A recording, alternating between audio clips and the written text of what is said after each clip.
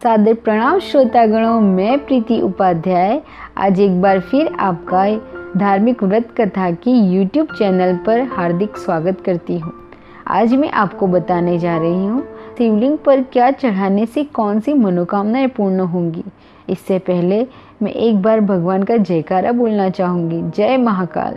विश्व में हर इंसान की कोई ना कोई इच्छा तो अवश्य होती है जिसे वह जल्द से जल्द पूरी करना चाहता है, जिसमें हम जैसे सामान्य मनुष्यों की संख्या तो अनगिनत है, परंतु वे जिन्हें भगवान द्वारा सर्वस्व प्राप्त हो चुका है उनकी भी कहीं न कहीं कोई न कोई दबी हुई इच्छा तो अवश्य होगी जिसे वे जल्द से जल्द पूरी करना चाहते होंगे। इसीलिए आज मैं आपको बताने जा रही हूँ कुछ ऐसे रहस्य जिनसे आप अवगत नहीं होंगे, जिनको जानकर और अपनाकर आप अपनी सारी मनोकामनाएं पूरी कर सकते हैं। मित्रों, अगर आप इस चैनल पर पहली बार आए हों तो इस चैनल को सब्सक्राइब जरूर करें। मैं वादा करती हूँ कि ये चैनल आपके लिए बहुत ही उपयोगी साबित होगा, इसलिए इसे लाइक करें तथा शेयर करें और पूरी जानकारी प्राप्त करने के लिए वीडियो को अंत तक जरूर देखें ताकि आप यहाँ से अधूरा ज्ञान लेकर ना जाएं। जय जय श्री राधे। और मुद्दे पर पहुँचने से पहले मैं आपसे एक बात अवश्य कहना चाहूँगी। सर्वप्रथम भगवान की भक्ति में अटूट विश्वास रखें ताकि आपको विश्वास हो कि भगवान भोलेनाथ आपकी हर मनोकामना अवश्य पूर्ण करेंगे, चाहे वो देर से हो या जल्दी हो। अगर आप में विश्वास नहीं है तो आप कितना भी अभिषेक करें, कितनी भी पूजा प्रार्थना करें, सब निरर्थक हो जाएगा। अब मैं आपको बताने जा रही हूँ कि हम क्या क्या चीज़ें चढ़ा सकते हैं भोलेनाथ पर, जिनका शायद आपको इससे पहले कोई ज्ञान नहीं होगा।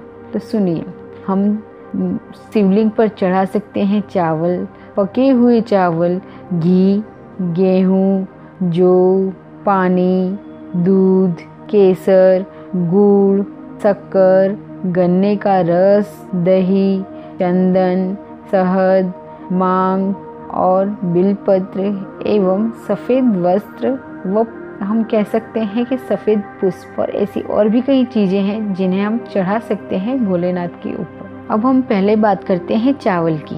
यदि आप शिवलिंग पर चावल चढ़ाते हैं तो जीवन का कर्ज, आर्थिक कर्ज जैसे कि बैंक से लोन, किसी का उधार जिसका ब्याज जा रहा हो, ऐसे बहुत से दुख जल्द ही उतर जाते हैं। टूटे चावल बिल्कुल भी नहीं चढ़ाने चाहिए क्योंकि टूटे हुए चावल खंडित होते हैं और इससे आपकी पूजा अधूरी रह जाती है।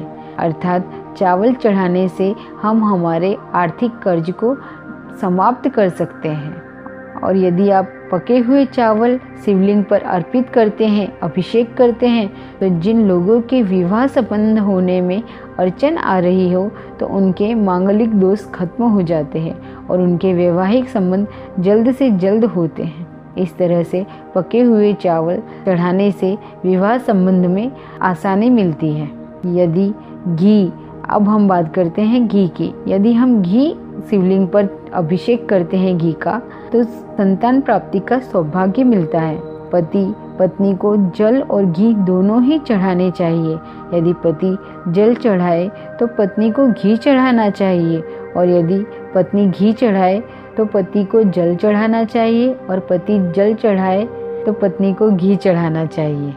जिन्हें अभी तक संतान प्राप्ति का सुख नहीं मिला है वे आज ही से भोलेनाथ पर जल एवं घी का अभिषेक चालू करें, क्योंकि जल व घी के अभिषेक से बहुत ही जल्द संतान प्राप्ति का सुख भोग सकते हैं आप। इस तरह से घी चढ़ाना अति शुभ माना गया है। अब हम बात करते हैं गेहूं और जौ की। यदि हम शिवलिंग पर अन्न चढ़ाते हैं और उसमें हम यदि गेहूं चढ़ाते हैं तो पति पत्नी का संबंध और भी अधिक अटूट हो जाता है, परस्पर प्रेम बढ़ता है और धन धान्य की प्राप्ति होती है। यानी कि हम हमारे वैवाहिक जीवन को और भी अटूट बनाने के लिए शिवलिंग पर गेहूं और जौ का अभिषेक कर सकते हैं। अब हम बात करते हैं जल और दूध की।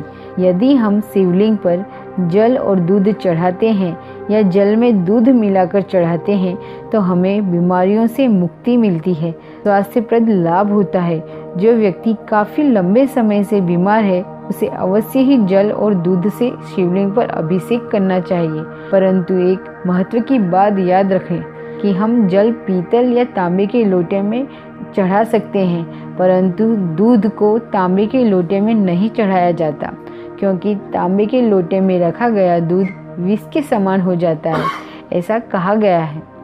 और यदि हम केसर को शिवलिंग पर चढ़ाते हैं या केसर का तिलक करते हैं या केसर से अभिषेक करते हैं शिवलिंग के ऊपर, तो हमें हमारे जीवन में किसी भी चीज़ की कोई कमी नहीं रहती, चाहे वो धन संबंधी हो या स्वास्थ्य संबंधी हो।